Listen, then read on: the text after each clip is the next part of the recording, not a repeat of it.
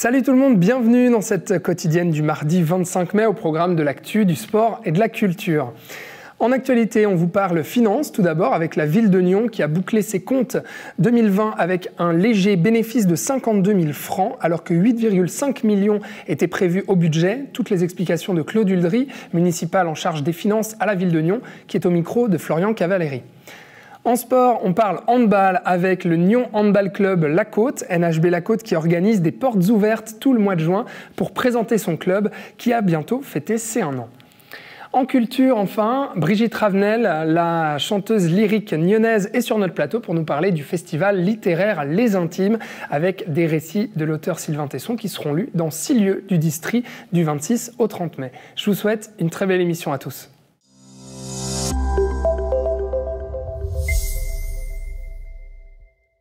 La ville de Nyon boucle ses comptes 2020 sur un léger bénéfice d'un peu plus de 52 000 francs, alors qu'un déficit de 8,5 millions de francs était prévu au budget. Un résultat qui s'explique notamment par de bonnes surprises liées aux impôts conjoncturels, les recettes fiscales des personnes physiques et morales ayant rapporté 7,4 millions de plus que prévu. Les autorités nyonnaises expliquent ces bons résultats par une excellente maîtrise des charges courantes. Toutes les explications de Claude Uldry, municipal en charge des finances de la ville de Nyon, au micro de Florian Cavalleri. Tout d'abord, quand même dire que c'est un plaisir pour la municipalité de faire ce dernier bouclement de législature à l'équilibre.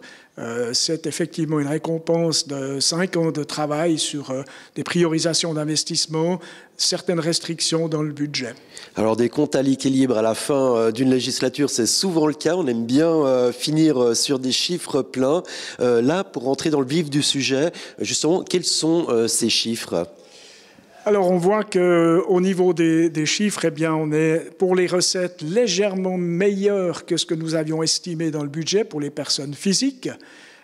Pour les personnes morales, on a aussi une recette qui est très correcte par rapport au budget, mais on a surtout plus de 4 millions de recettes imprévues en ce qui concerne les droits de mutation et les gains immobiliers. Alors justement, on va y revenir, mais tout d'abord, effectivement, vous prévoyez un déficit de 8,5 millions, et pour finir, c'est un excédent, un petit excédent de 52 000 francs qui ressortent de ces comptes. Effectivement, c'est même 1 552 000 francs, puisque nous avons provisionné 1 500 000 pour la péréquation, sachant que très probablement, nous devrons payer 4 500 000 pour le décompte définitif de cette péréquation. Alors, pour reprendre ce que vous disiez en préambule, ces bons comptes sont dus notamment à des gains immobiliers, c'est-à-dire l'achat de plusieurs immeubles dans le quartier de la Petite Prairie. Oui, il y a eu effectivement des mutations dans le quartier de la Petite Prairie. C'est un quartier qui a été récemment construit. Ça veut dire que les gains immobiliers, lorsque vous avez des immeubles récents qui se revendent, sont extrêmement importants. Alors, comme vous le dites aussi, il y a eu une hausse conjoncturelle des recettes fiscales. Oui, alors certaines personnes pessimistes, je dirais, s'attendaient plutôt à ce qu'en 2020 et aussi en 2021, il y ait une baisse des recettes des personnes physiques et des personnes morales. Et ça, c'est une très bonne nouvelle. Ce n'est pas le cas en tout cas à Nyon.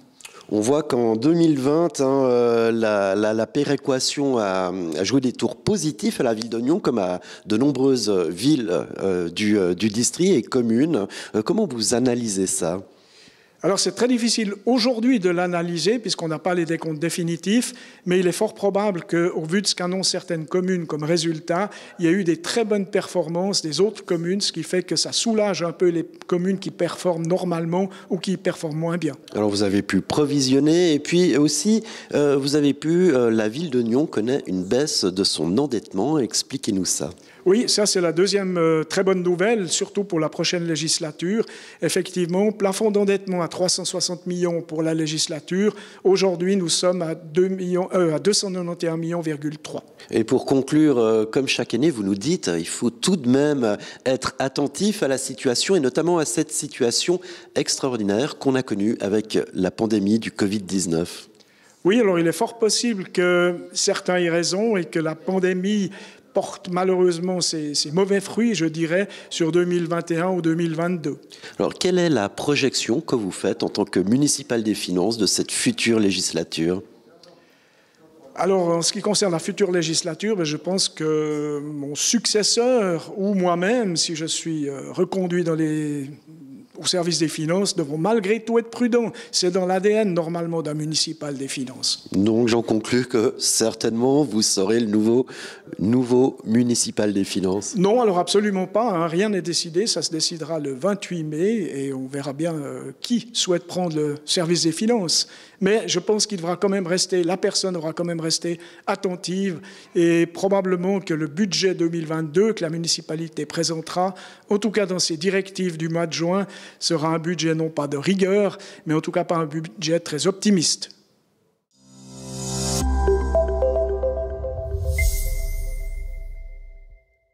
On parle handball aujourd'hui sur NRTV avec le Nyon Handball Club NHB La Côte qui s'apprête à mener un mois portes ouvertes tout le mois de juin ici à Nyon. Créé à l'été 2020, le club a été freiné dans son élan par la pandémie mais a repris les matchs pour ses juniors ce printemps.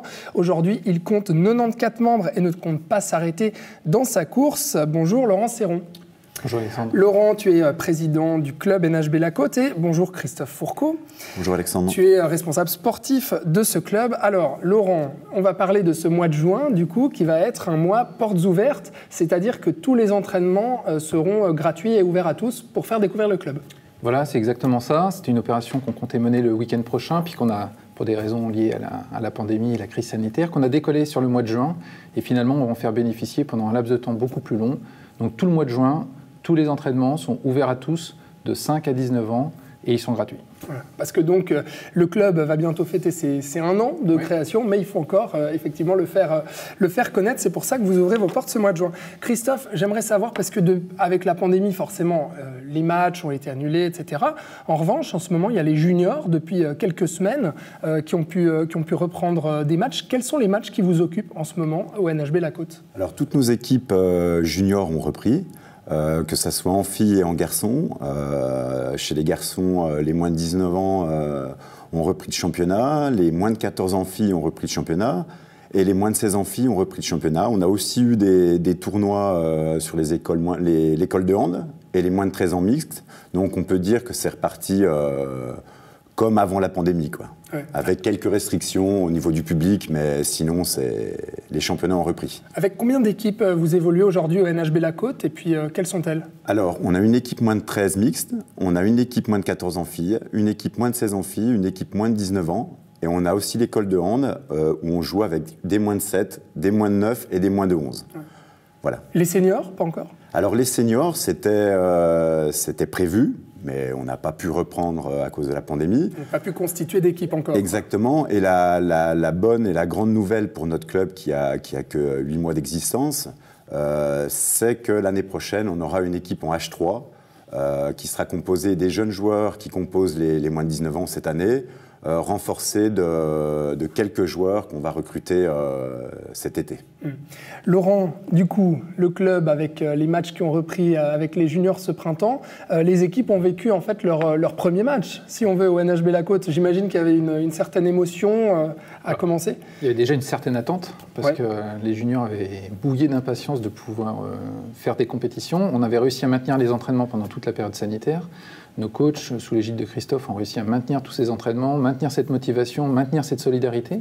Et puis ils attendaient qu'une chose, c'était rentrer en compétition. Et ils sont rentrés et ils le font plutôt bien. Donc ça se passe bien ? Ah, ça se passe très très bien. On a sur nos 3 équipes sont classées de manière extrêmement favorablement pour pouvoir envisager pour au moins une d'entre elles, voire peut-être les 3, selon la fin de championnat, une montée en inter à la fin de la saison.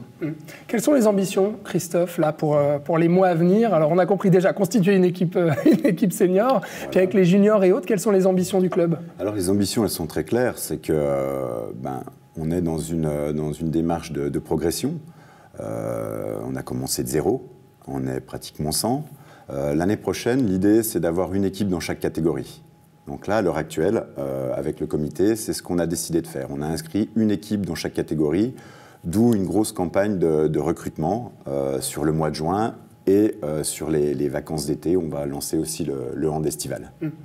On rappelle quand même donc la création du club NHB La Côte donc en 2020 suite en fait à des désaccords avec HBC Nyon. HBC Nyon aujourd'hui lui se renforce avec le club TCGG. Comment NHB La Côte trouve sa place là-dedans?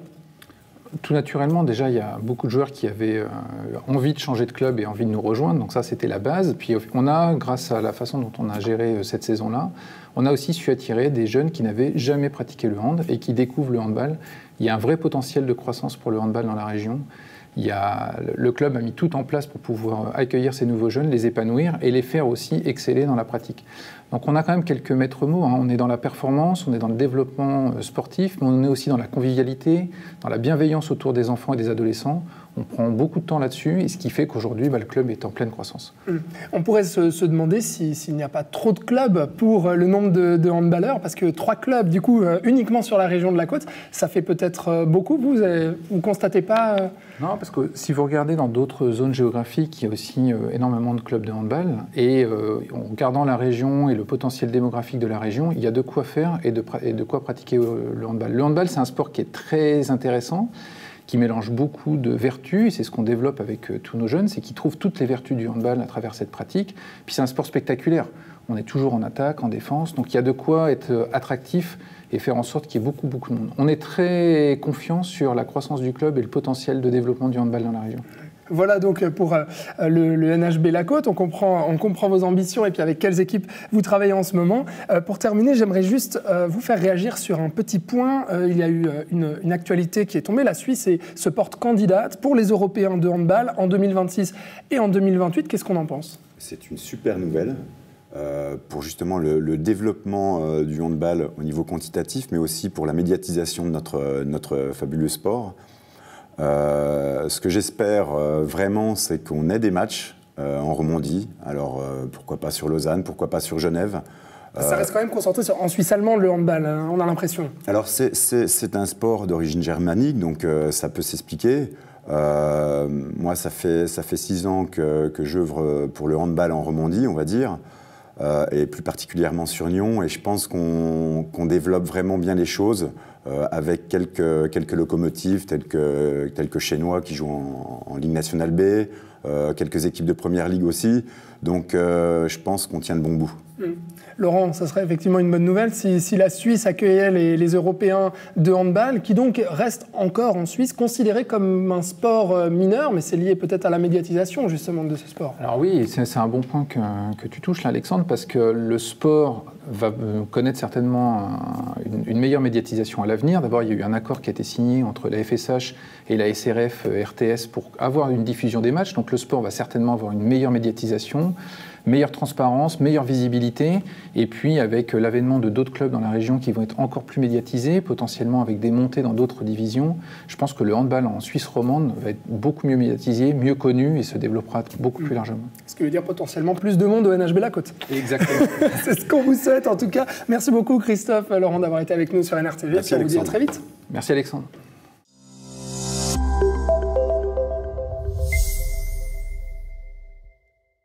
Le festival littéraire Les Intimes fête sa 15e édition dans 6 lieux du district de Nyon. Du 26 au 30 mai, l'événement culturel met à l'honneur les écrits de l'auteur Sylvain Tesson qui seront lus et interprétés par le comédien Franck Desmet. Instigatrice de l'événement, la chanteuse lyrique nyonnaise Brigitte Ravenel décrypte le programme du festival avec nous en plateau. Bonjour Brigitte. Bonjour. Brigitte, pourquoi avoir choisi l'œuvre de Sylvain Tesson et qui est-il aussi pour ceux qui ne le connaîtraient pas encore ? J'ai choisi l'œuvre de Sylvain Tesson simplement parce que c'est un auteur qui me touche et que j'apprécie particulièrement. Et que, voilà, j'avais envie de le partager avec d'autres. Ouais. Vous l'avez découvert comment ? Par des lectures, on m'a offert un livre et puis voilà, c'est... Qu'est-ce qui vous a touché en fait dans son œuvre ? Parce qu'il me semble que c'est un baroudeur, hein, c'est des écrits un peu, des récits de voyage, hein, il me semble. Hein. Oui, alors ce que j'apprécie beaucoup chez lui, c'est son intégrité. C'est quelqu'un de très honnête et c'est quelqu'un qui est clairvoyant, je pense, c'est un clairvoyant. C'est quelqu'un pour moi qui éveille, qui élève. vraiment, et qui a des réflexions, des regards sur le monde d'aujourd'hui tout à fait, que je trouve pertinents, justes, vrais, et qui invite à la réflexion, à nous poser des questions. Cependant, il reste toujours... il y a toujours une ouverture positive avec lui, malgré beaucoup de choses à constater qui ne sont pas très drôles et ni belles. Est-ce qu'il sera là, lors du festival Les Intimes? Peut-être. Je vous pose la question parce que j'ai lu dans le journal La Côte comme quoi c'était quelqu'un d'assez imprévisible et oui. qu'on ne savait pas à quoi s'attendre. Voilà. Sylvain Tesson vit sans téléphone. Oui. Quelle chance il a. D'accord. Je l'envie. Et puis voilà, il est au courant, il est très heureux de ce festival. Mais c'est pas quelqu'un... Pour lui, l'essentiel dans sa vie, c'est voyager, écrire. Ouais. Et puis, il aime rencontrer les gens, oui. Il invite à l'amitié authentique. Mais c'est quelqu'un, voilà, c'est ça l'essentiel. C'est ça l'essentiel pour lui. Donc, il n'a pas besoin de venir se montrer. D'accord. Il n'a pas besoin d'être là pour lui. S'il vient, c'est pour nous. Donc on verra alors s'il sera là. En revanche, celui qui sera bien là, c'est le comédien donc Franck Desmet qui lira en fait les récits dans 6 lieux du district de Nyon. On commence ce mercredi 26 mai à la Fondation Yann Michalski, et puis ensuite ça se poursuit dans d'autres lieux. Alors une petite nuance, oui, c'est que la première lecture, qui est donc à l'occasion d'une pleine lune, et de la journée suisse de la lecture à voix haute. Cette lecture est podcastée depuis le site de la Fondation. D'accord. Ensuite, à partir du 27, on est dans la réalité, le concret. Voilà, avec les gens donc, qui vont pouvoir venir, même avec les restrictions Covid. Bien sûr, on passe à travers ces restrictions, on crée des en extérieur, en intérieur, voilà, avec les limitations. Plutôt en extérieur, ça nous permet quelques personnes en plus. Il va faire beau. Ah oui. Donc, soyez les bienvenus. Très bien, alors on croise les doigts. Et puis, j'en profite pour dire, puisque vous faisiez un petit clin d'œil à la Pleine Lune, mais c'est parce que c'est l'association Pleine Lune que vous représentez aujourd'hui qui organise ce festival Les Intimes. Un petit mot sur Franck Desmet, qu'on voit ici à l'écran. Pourquoi avoir choisi ce comédien pour réciter les textes de Sylvain Tesson ? Franck Desmet, c'est l'association Michalski qui me l'a conseillé, qui m'a invité à le contacter. Il a obtenu le prix Gallimard, je crois, en 2016, avec l'enregistrement de l'intégrale d'une œuvre de Sylvain Tesson qui est Bérésina. Voilà, c'est quelqu'un qui lit très très bien. J'imagine aussi qu'il doit être peut-être touché par les écrits de Sylvain Tesson. Oui. Je pense que pour un comédien qui récite des écrits, il faut qu'il soit habité en fait par les textes de l'auteur. En plus, ils sont amis, ils se connaissent très bien. Ah bon. Donc il y a une belle complicité et il est très très très heureux de lire les récits de Sylvain Tesson. Donc le choix était évident. Parlons un peu de l'ADN de ce festival Les Intimes, donc, qui fête sa 15e édition, je l'ai dit. Quel est votre but avec ce festival et au final les lectures et les récits comme ça d'œuvres littéraires, qu'est-ce que ça apporte? Qu'est-ce que vous cherchez avec ça? Alors là encore, moi j'aime l'intimité, j'aime rassembler des personnes qui véritablement choisissent de venir participer à un événement. J'aime le partage et je trouve que... Alors, ces événements sont liés aussi à un événement, à un vécu de l'enfance. C'est-à-dire qu'à l'époque, moi, j'aimais écouter les feuilletons à la radio. Parce que je trouve que la voix, voilà, c'est une présence, c'est chaleureux, c'est vivant, ça nous emmène. Dans notre imaginaire, il y a une histoire, un fil rouge, et chacun crée finalement son histoire, chacun a son histoire personnelle qui résonne avec le récit, mais on est quand même tous reliés au même récit ou à une œuvre musicale. Et ça crée vraiment des rencontres, des partages vrais, simples. J'aime ce qui est simple. Donc, être ensemble, partager un texte, une œuvre, je trouve ça très privilégié aujourd'hui et je trouve ça magnifique qu'on puisse le vivre encore. Et mettre en lumière la voix, l'outil de la voix. En tant que chanteuse lyrique, on comprend que ce soit ça qui vous touche en premier. La voix et le verbe, parce que je pense aussi que le vocabulaire est de plus en plus pauvre et les écrits de Sylvain Tesson sont particulièrement riches. Enfin, moi, je crois qu'il n'y a pas une page où je ne dois pas aller dans le dictionnaire. Voilà, je pense que c'est très important de maintenir ça et de le vivre agréablement. Alors, côté programme, donc jeudi et vendredi, les lectures sont complètes à la boulangerie de Givrin et à l'Atelier Neuf à Nyon. Mais samedi, ce sera direction Arzier, sur le site de la Chartreuse de Notre-Dame d'Oujon, pour un écrit du coup sur Notre-Dame de Paris. Oui, j'ai choisi ce site archéologique parce que Notre-Dame d'Oujon a disparu sous les flammes. Alors, on voit les images là, en même temps qu'on parle. Et c'est un rendez-vous hors temps. Un lien, une résonance avec Notre-Dame de Paris en 2019, le récit de Sylvain Tesson, tout ça est relié. Et Sylvain Tesson est un grand amoureux des forêts, de la nature évidemment, de la terre, des animaux, du vivant. Alors lire voilà, ce récit dédié à Notre-Dame de Paris sur les ruines de Notre-Dame d'Oujon, ça crée une belle rencontre. Et dimanche, il y aura aussi aux Fruitières de Nyon et au Château de Nyon les lectures par Franck Desmet, mais accompagnées de musiciens. Donc il y aura de la musique aussi pour accompagner les lectures. Oui, alors la première lecture, c'est avec Valérie Bernard, donc à Givrin, au violon. On enchaîne avec Laurent Brutin, à l'Atelier Neuf, à la clarinette. Il explore sa clarinette. Un merveilleux improvisateur. Et puis, Stéphane Aubette est un splendide flûtiste baroque, mais qui improvise avec différentes flûtes, qui construit des flûtes, qui rénove des anciennes flûtes. Enfin, c'est un musicien extraordinaire. Et je pense que cet événement sur les chemins noirs nous emmène aux Fruitières de Nyon. Je sais que Sylvain aussi joue de la flûte douce, donc je rassemble. Est-ce qu'on vous verra chanter, Brigitte ? Non, parce que je dois vous dire que c'est une organisation énorme, ces événements, avec aussi l'apéritif qui suit, uniquement avec des produits locaux. Enfin, il y a une énorme logistique. Donc, chanter en plus, non, je ne peux pas être au four et au moulin. Mais on pourrait se dire, chanter, c'est vrai, des textes finalement d'un auteur, ça pourrait être aussi une forme d'interprétation.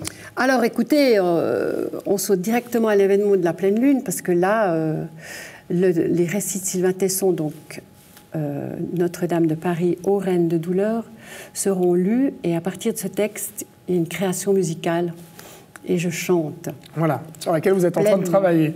Voilà. Oui, bon, on est prêt là. Ah bon, très bien. Alors on verra toutes les informations sur le festival Les Intimes et puis sur vos autres projets, donc sur le site pleine-lune.ch, voilà, pour tout le programme.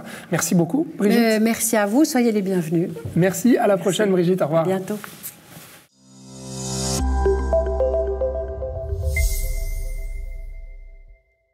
C'est déjà fini pour aujourd'hui, mais on se retrouve demain. Je vous remercie d'avoir regardé cette quotidienne. Je vous souhaite une très belle soirée et je vous dis à demain sur NRTV.